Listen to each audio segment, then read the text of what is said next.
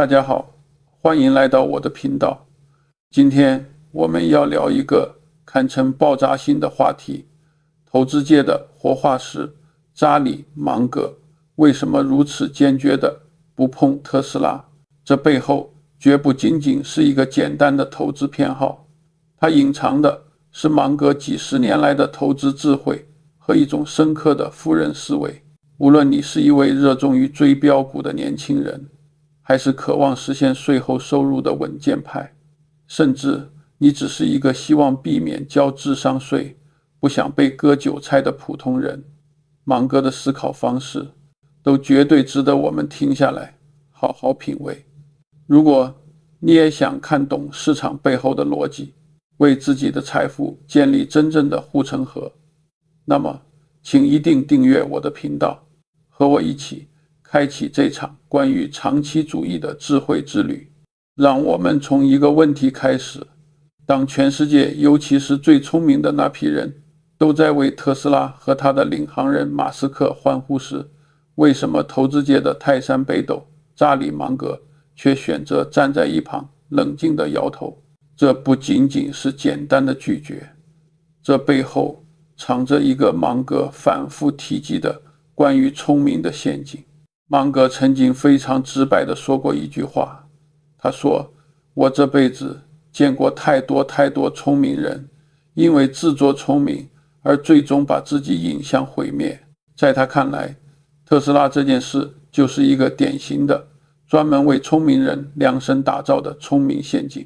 我知道听到这里，很多人会不服气，可能会觉得不买特斯拉就是保守，就是落伍，就是跟不上时代的老顽固。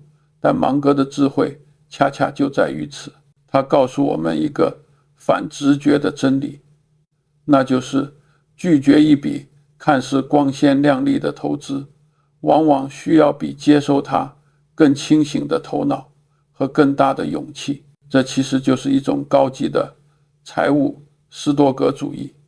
真正的内心强大，不是随波逐流，去追逐每一个风口，去追热点，而是当你身边所有人都陷入狂热时，你依然能够守住自己的内心，坚守自己的原则，清晰地知道自己该做什么，以及更重要的，不该做什么。那么，芒格不做的理由到底是什么呢？核心就在于他对投资本质的理解。芒格认为，投资不是让你去压住一个模糊的未来趋势，投资的本质是计算一笔可以大概率实现的确定的收益。你看，今天市场上关于特斯拉的讨论几乎都围绕着马斯克是不是天才，电动车是不是未来，人工智能会不会改变世界。这些话题宏大、性感，充满了想象力，但芒格会告诉你，这些讨论从一开始可能就错了方向。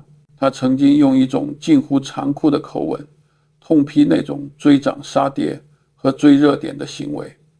他说，一个能让你轻易看见的未来，它的价值早就被市场提前定价了，而一个还没有被定价的未来，往往充满了巨大的不确定性，甚至它可能根本就不会发生。特斯拉的问题正是在这里，它的估值，它的股价早已不是在反映公司今天的价值，而是把未来10年、20年，甚至30年所有可能发生的好消息，比如彻底统治电动车市场，比如实现全自动驾驶，再比如人形机器人走进千家万户，把所有这些最乐观的预期全部一次性的在今天的价格里提前兑现了。这就像什么呢？这就像你今天走进一家水果店，花100块钱去买一个苹果，你为什么愿意花这么多钱呢？因为卖给你苹果的人告诉你，这个苹果的种子非同凡响，它将来能长成一棵巨大的苹果树，结出成千上万的果实。这个故事听起来很美好，但问题是，从一颗种子到一棵参天大树之间有太长的路要走，这中间可能会有干旱，有洪水，有虫害，有各种各样意想不到的意外。芒格的意思是，这中间至少有10000种死法。你为那个最美好的结果付出了一个确定的昂贵的代价，但那个结果本身却只是一个遥远的不确定的可能性。作为一个理性的投资人，这是绝对不能接受的，因为你是在用确定去赌不确定。这已经脱离了投资的范畴，进入了投机的领域。很多人会说，可是特斯拉它真的在改变世界啊。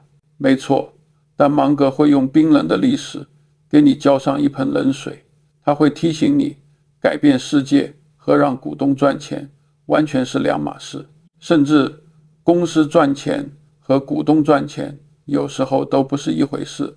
让我们把时钟拨回到1999年，那个时候互联网的浪潮席卷全球，每个人都在说互联网正在改变世界。这个判断对不对？完全正确。但结果呢？超过90%的互联网公司最后都倒闭了，化为了泡沫。当年买了这些公司股票的人血本无归。我们再来看一个经典的案例，航空业。飞机是不是改变了世界？当然是。它彻底改变了人类的出行方式，连接了整个地球。但从投资的角度看，在过去的100年里，航空业就是一个可怕的价值毁灭机器。无数的航空公司来了又走，破产重组。这个行业改变了世界，却没有给他的股东们带来持续稳定的回报。再往前看，20世纪初的汽车工业，汽车同样是划时代的伟大发明，但在当时，美国有几百家汽车公司。如果你身处那个时代，你能准确地挑出哪一家是最后的赢家福特吗？概率极低，绝大多数的公司都消失在了历史的尘埃里。芒格正是想通过这些历史的教训告诉我们，马斯克或许真的能改变世界，但是这并不意味着今天以这个高昂的价格买入特斯拉股票的你就一定能赚到钱。这两者之间没有必然的联系。这个道理其实也适用于我们普通人的生活。比如，很多背负着打工思维的职场人总喜欢往最热门的行业里挤。今天看新能源火，就去做新能源；明天看人工智能热，又想转行去做人工智能。这本质上和追标股没什么区别。你只看到了行业的风口，却没有思考，在这个行业里，你自己是否拥有真正的护城河，是否具备不可替代的价值。风口总会过去，但个人能力的积累才是真正确定的东西。同时，芒格的观点也是在提醒我们要警惕沉没成本的陷阱。很多人买了某只股票，被套牢了，亏钱了，他不甘心，总觉得只要自己再坚持一下，甚至投入更多的钱去补仓，就一定能回本。但他们没有理性的去思考，这笔投资在当下是否还是一笔好的投资。过去的投入不应该成为影响未来决策的枷锁。敢于承认错误，果断离场，这才是真正的智慧。所以你看，芒格避开特斯拉，不是因为他不懂科技，更不是因为他保守，恰恰相反，这是一种洞穿了市场狂热、人性弱点之后所做出的最理性的选择。他不是在进攻，而是在打防守战。他追求的不是抓住每一个暴富的机会，而是永远将避免做蠢事放在第一位。这就是大师的智慧。如果说上一部分我们讨论的是芒格如何避免犯错的防御性智慧，那么接下来我们要深入的就是他投资哲学的核心，也就是他主动寻找的那些真正伟大的、可以长线持有，甚至作为传家宝的生意到底长什么样。而当我们用这套标准去审视特斯拉时，你会发现两者之间存在着一条难以逾越的鸿沟。芒格有一句非常经典，甚至有点刻薄的名言，他说，一门好生意应该是一个傻瓜都能把它经营好的生意。为什么呢？因为迟早真的会有一个傻瓜来经营它。这句话听起来像个玩笑，但它背后是对商业世界残酷现实的深刻洞察。一家公司的领导者总会更替，创始人会老去，天才的 CEO 也可能犯错或者离开。一门真正伟大的生意，它的强大不应该依赖于某一个人的天才，它的优势应该深植于公司的系统、文化和商业模式之中。现在我们再来看特斯拉。特斯拉这家公司，它几乎就是马斯克这个名字的同义词。马斯克是他的灵魂，是他的大脑，更是他的心脏。公司的每一次重大决策，每一次技术突破，每一次营销奇迹，都深深地烙上了马斯克个人的印记。这当然成就了特斯拉的辉煌，但也埋下了一个巨大的隐患。这种模式在芒格看来根本不是一门好生意，这叫个人英雄主义。你是把整个企业的命运都捆绑在了这一个人的身上。芒格曾经反复告诫，任何过度依赖天才的商业模式本质上都是极其脆弱的，因为我们无法预测天才的未来。天才也会犯错，会分心，会衰老，甚至会离去。当那个天才不在的时候，这家公司还剩下什么？它的优势还能持续吗？这背后就是对护城河这个概念最深刻的思考。一条真正坚固的护城河，它不应该是一个会走路、会说话、有情绪的人，它应该是一个系统性的优势。比如一个百年不变的秘密配方，一个深入人心的强大品牌，一个别人难以复制的生产成本优势，或者一个庞大到让对手绝望的网络效应，这些才是时间的朋友。这就引出了芒格的第二个原则，护城河必须能够抵御时间的侵蚀。我们看看芒格和巴菲特最成功的那些投资，可口可乐，它的核心配方100多年几乎没有变过，全世界几代人喝的都是那个味道。这条护城河时间越久反而越宽。西施糖果靠着几十年来积累的品牌信誉，在消费者心中建立起了甜蜜和幸福的联想。它的品牌就是它的护城河。那么特斯拉的护城河到底在哪里？是技术吗？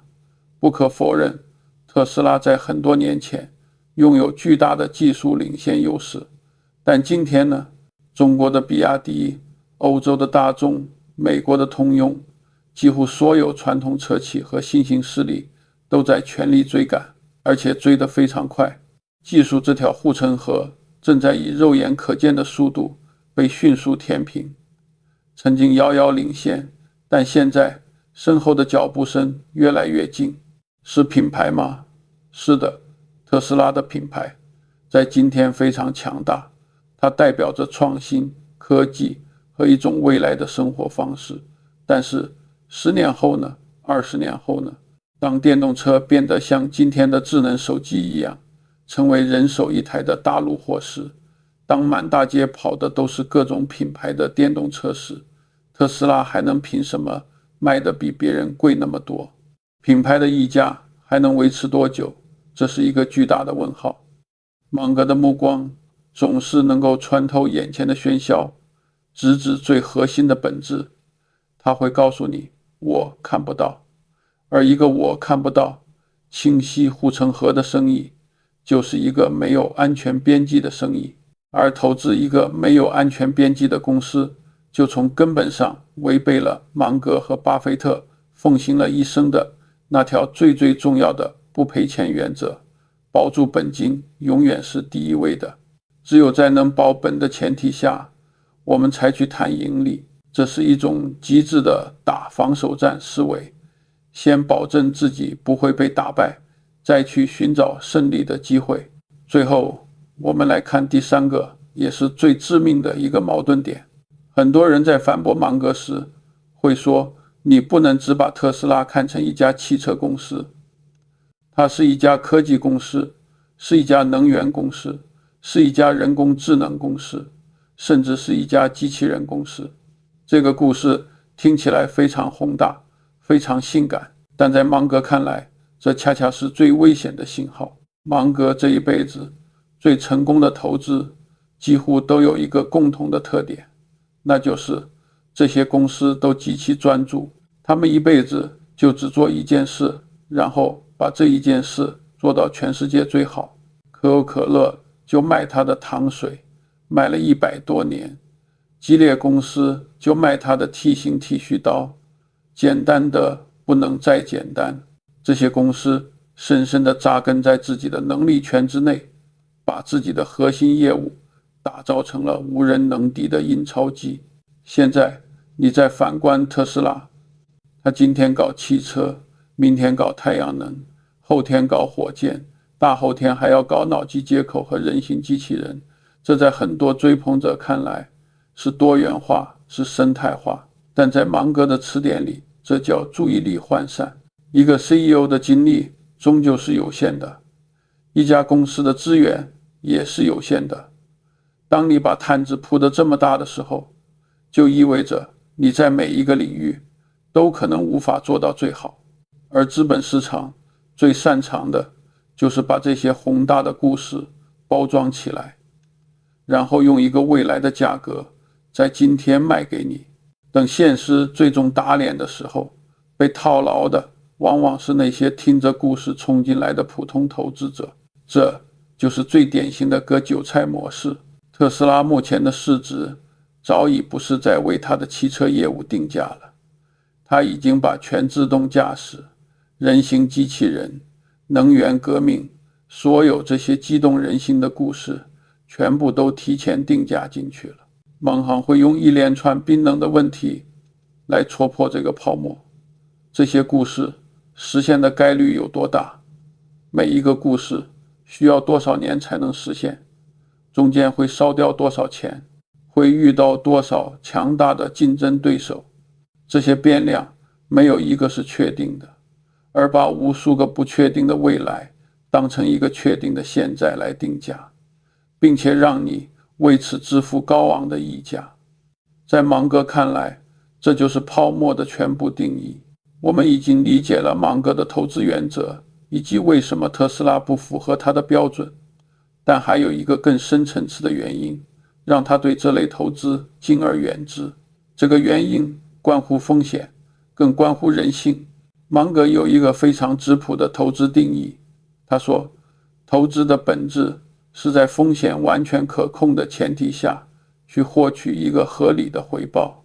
我们用这个定义来审视今天的特斯拉，它的价格还有任何的安全边际吗？答案是几乎没有。这意味着什么呢？这意味着特斯拉这家公司在未来的许多年里必须像一个走在钢丝上的杂技演员，每一步都必须完美，不能有任何失误。它必须完美地实现它对市场许下的所有承诺，从全自动驾驶到人形机器人。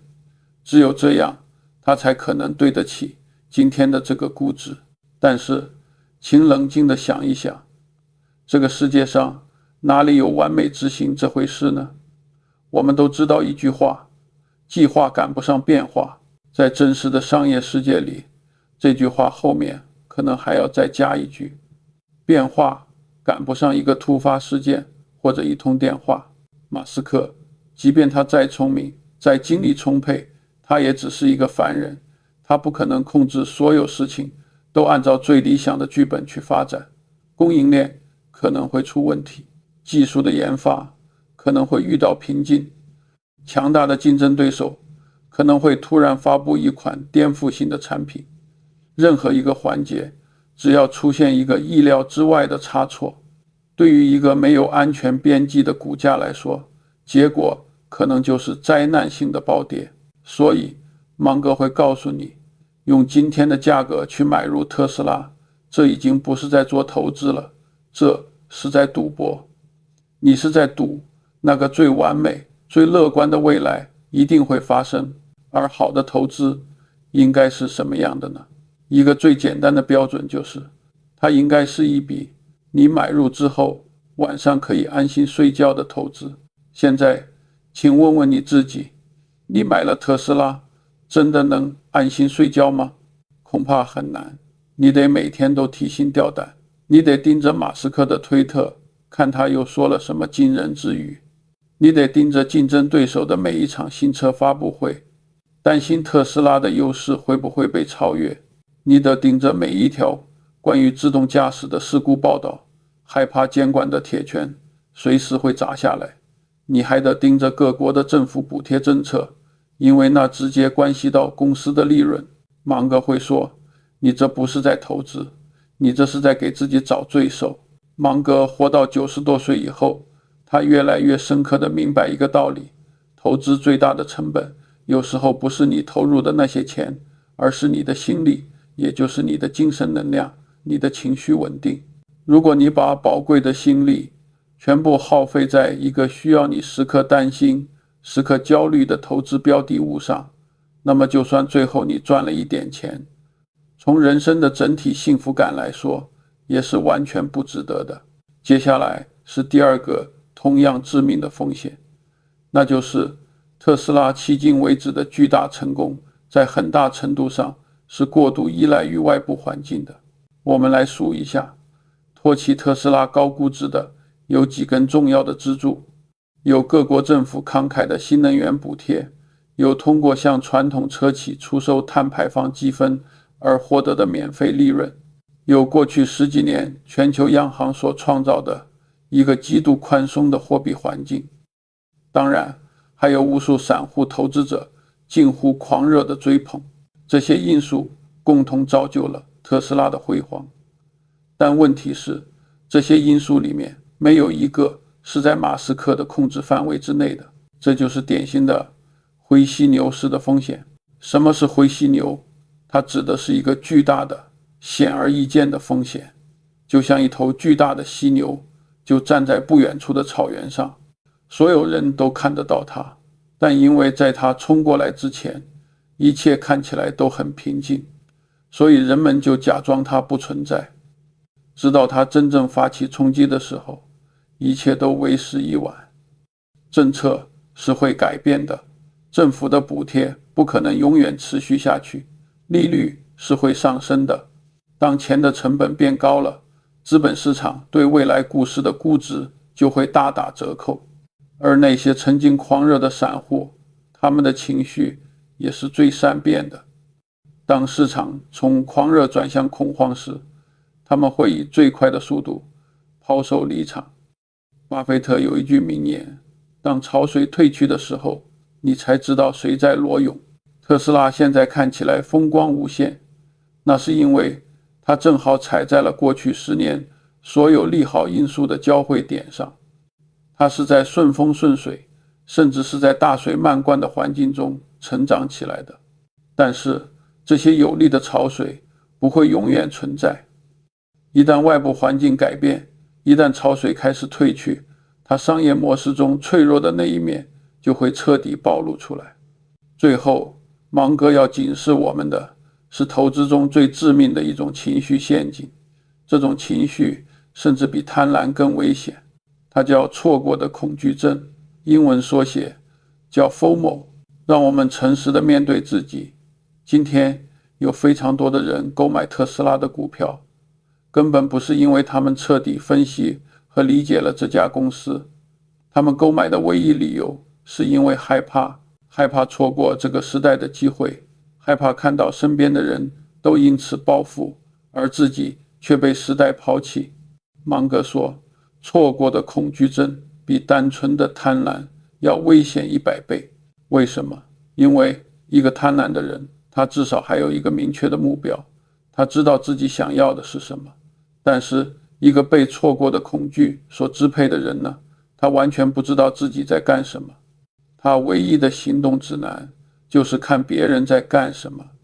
这就是最典型的羊群心理，是盲目的跟风。你等于是把自己辛辛苦苦赚来的钱，他的决策权完全交给了市场里那些最狂热、最不理性的情绪，而市场情绪是这个世界上最不可靠的东西。它会像一个虚假的先知，把你引向高耸的悬崖边上，然后在你纵身一跃之后，它会假装什么都没有发生过，转身去寻找下一个目标。历史总是在不断的重演。回顾一下1929年的大萧条，1999年的互联网泡沫，2008年的金融危机。在每一次泡沫破裂之前，市场里都充斥着一种声音，那就是这次不一样。但最后的结果每一次都一样。芒格的智慧告诉我们，当市场上所有人都觉得某样东西是绝对不能错过的时候，那恰恰就是你应该悄悄离场的时候。因为价格只是市场情绪的投票结果，而价值才是一家企业真实的长期的赚钱能力。这两者之间的缝隙越大，你面临的风险就越大。用芒格的话来说，现在这条缝隙已经大到可以塞进一辆卡车了。很多人会被市场上那些暴富的神话所迷惑，这就是幸存者偏差的危害。你只看到了那些因为买了特斯拉而赚得盆满钵满的人，因为媒体最喜欢报道这样的故事。但你没有看到的是那些在高位追涨杀跌，结果被深度套牢的普通人。你没有看到那些听信了股价永远上涨的故事，把自己的养老金都全部压进去，结果彻夜难眠的人。那些亏钱的人，他们的故事是沉默的，是没人愿意去讲的。市场就像一个只为胜利者亮起聚光灯的舞台，而那些失败者只能留在黑暗的角落里。所以回到最后，芒格用他一生的经验给了我们最重要的一条教诲。他说，我这一辈子学到的最重要的一课就是，不做什么远比做什么要重要的多。巴菲特也说过类似的话。投资成功的诀窍不是你学会了多少高超的技巧，而是你学会了一生之中能够避开多少陷阱。而在芒格看来，今天的特斯拉以今天的价格就是一个巨大的充满了人性弱点和投机泡沫的陷阱，远离它就是一种智慧。好的，现在我们来到最后一部分。在剖析了芒格为什么不投特斯拉之后，我们更重要的是要学习他身上那些真正能够帮助我们普通人实现财务健康的积极智慧。这部分我们就来聊一聊芒格是如何践行并且教给我们如何慢慢变有钱的。很多人听完上面的分析，可能会有一个疑问，他们会说，既然芒马哥如此不看好特斯拉，那他是不是就是看空整个电动车行业呢？这是一个非常常见的误解。芒格的回答是，不是。他非常清晰地表示过，我从来不看空任何一个有前途的行业，我只是不投资那些估值已经高到离谱的公司。请大家一定要记住这句话，并且反复品味，因为它区分了行业分析和投资决策这两个完全不同的东西。一个行业非常有前途，和这个行业里某家公司的股票值得你立刻买入，这中间隔着10万8千里。最好的证明就是芒格在中国市场投资了比亚迪。同样是电动车赛道，芒格为什么厚此薄彼？因为在他看来，比亚迪和特斯拉在投资的层面上是两种完全不同的生物。首先是估值，在芒格投资的时候，比亚迪的估值处在一个相对合理的区间，他没有像特斯拉那样把未来几十年的梦想都提前兑现为股价。其次是护城河，比亚迪拥有一个特斯拉不具备的极其强大的优势，那就是它拥有完整且垂直的产业链，从电池到电机到电控，甚至是芯片，比亚迪都牢牢地掌握在自己手里。这种掌控力让它在成本控制和供应链安全上建立起了巨大的护城河。再者是企业家本身，芒格非常欣赏比亚迪的创始人王传福，他认为王传福是一个脚踏实地的工程师，是一个务实的企业家。他每天思考的是如何造出更好的车，如何控制成本，如何卖出更多的车，如何赚取真实的利润。这和整天在社交媒体上畅谈火星移民，发布各种宏大叙事的梦想家形成了鲜明的对比。所以芒格的结论非常清晰，比亚迪是在踏踏实实的通过卖车来赚取今天的利润，而特斯拉在很大程度上是用一个关于未来的宏伟的梦想来支撑它今天的股价，这才是本质区别。芒格追求的永远是那种今天就能看得见、摸得着的实实在在的价值，而不是一个10年之后可能实现，但也可能随时破灭的空中楼阁。这就引出了芒格的第二个核心智慧，一种关于冒险的智慧。很多年轻人可能会觉得像芒格这样的老先生太保守了，不敢冒险。但芒格会笑着告诉你，错了，我们不是不敢冒险，我们是这一辈子见过太多太多因为鲁莽冒险而导致灭顶之灾的例子，所以我们更清楚地知道什么样的风险是值得去冒的，而什么样的风险纯粹是在找死。那么什么才是值得冒的聪明风险呢？芒格把它总结为一种不对称收益的机会，也就是说，在你下注之前，你要计算赔率。一个好的赌注应该是，如果我输了，我的损失是有限的，比如最多亏掉30%，但是如果我赢了，我的收益应该是巨大的，比如有机会赚3倍甚至更多。只有在这种输了损失有限，赢了收益巨大的情况下，你才应该去冒险，这才是聪明的冒险。现在你再用这个标准去看一看那些在高位追标股的行为，你会发现他们的赔率是完全相反的，他们的潜在收益可能只有10%或者20%，但他们的潜在亏损呢，可能是50%甚至更多。这种赌局你玩得越多，长期来看就输得越惨。而特斯拉在高位的赔率，在芒格看来就是一种非常不划算的赌局，所以他不玩。这背后是他坚守了一生的原则——能力圈。芒格有3个不投原则，简单但极其强大。第一，我不投资我看不懂、不理解的东西。第二，我不投资没有足够安全边际的东西。第三，我不投资那种需要我天天操心、晚上睡不着觉的东西。这3个原则就像3道坚固的城墙，帮助他躲过了投资生涯中无数次的市场崩溃和灾难。也正是因为守住了这3道城墙，他才能够有足够的资本和精力去抓住那些真正属于他的伟大的机会。特斯拉显然就在他的能力圈之外，他的商业模式、他的技术路径、他的估值逻辑都不符合芒格的框架，所以他选择放弃。这是一种巨大的智慧，因为投资这场游戏比的不是谁跑得快，而是谁活得久。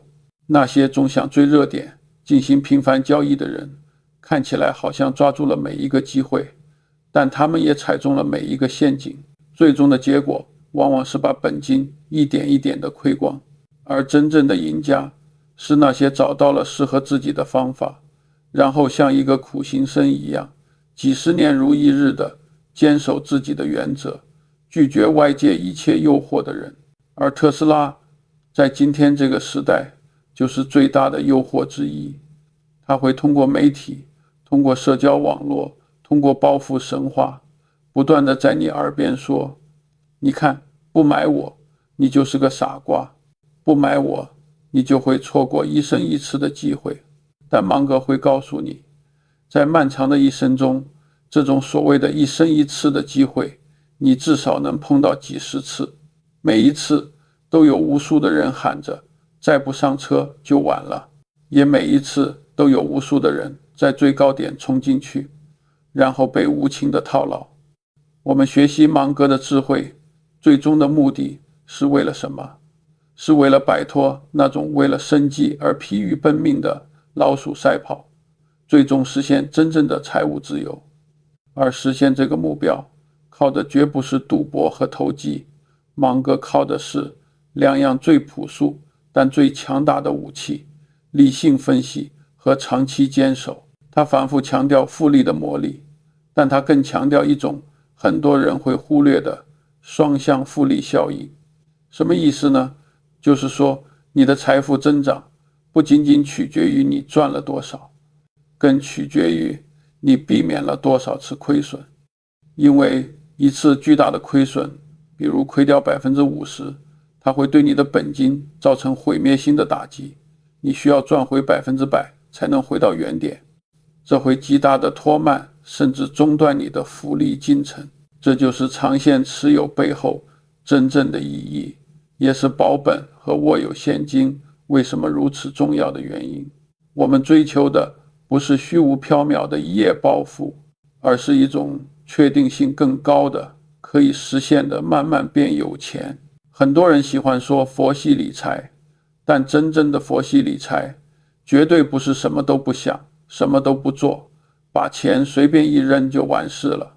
真正的佛系是一种有原则、有智慧的不作为，是你深刻地理解了市场，理解了自己之后所做出的主动选择，是懂得有时候无聊的有效，找到那些简单可靠、拥有强大护城河的好公司，用一个合理的价格买入它，然后忘记它，让时间成为你最好的朋友。